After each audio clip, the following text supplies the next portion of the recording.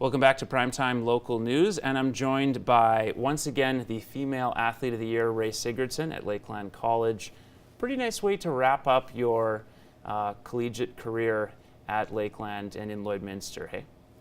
Yeah, definitely. I mean, every year has been good for me, but you know, it's a bittersweet moment, but it is a nice way to go out. So. Yeah. Adding to some of your other honors this year, of course, Player of the Year in the ACAC, All-Conference, All-Canadian, Academic All-Canadian. Maybe speak to that for a moment, because this is, I believe, some of the best academic performance that Lakeland has seen, certainly in the past 10 years with their programs. Almost every team averaging more than a 3.0. You have 4 All-Canadian, academic All-Canadians, including yourself, and I believe a couple other volleyball players were in that list as well. Mm-hmm. Yeah, I don't know. I mean, being a student athlete, you know, especially on our team, we always talk about how like student comes first before the athlete, and Austin always speaks to that. Like we have a program like a study hall where once a week we get together for an hour and a half.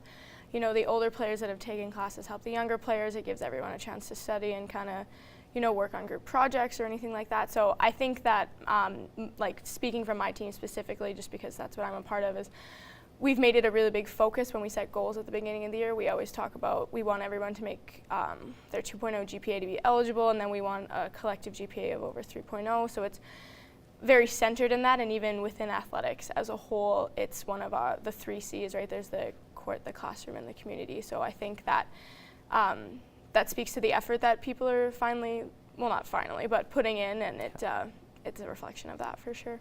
I mean, in some sense, the word finally does apply based on the academic performance of some of the athletes at the school 10 years ago. Al Rogan made a point of saying that, you know, we had trouble keeping a lot of athletes in school, maybe on the men's side a little more than the women's side. But that obviously has improved quite a bit in the last couple of years. And even you mentioned the community in those 3 C's. You guys in particular, you had obviously the food drive earlier this semester, and you've done a couple of different initiatives like that in your 5 years here. I feel like it's increased over the last couple. Yeah, I mean, it all comes from our goal setting at the beginning of the year, and we always talk about kind of what we want to focus on, and it's easy to set goals for the court, you know, oh, we want to win, and kind of stuff like that. And classroom going along with that, like everybody needs their 2.0, so we need to set goals for that because we want everyone to be eligible. Now, you talked a little bit at the awards night about what it meant to be a Lakeland wrestler and knowing the challenge it's going to be when you're done playing, now that you're done playing volleyball, what that adjustment is going to be like. Because obviously that's a big part of your identity. It's who you've been for several years. What's the thing that you've heard most, whether it's from Austin, from Al, your parents, that is going to help you kind of make that transition?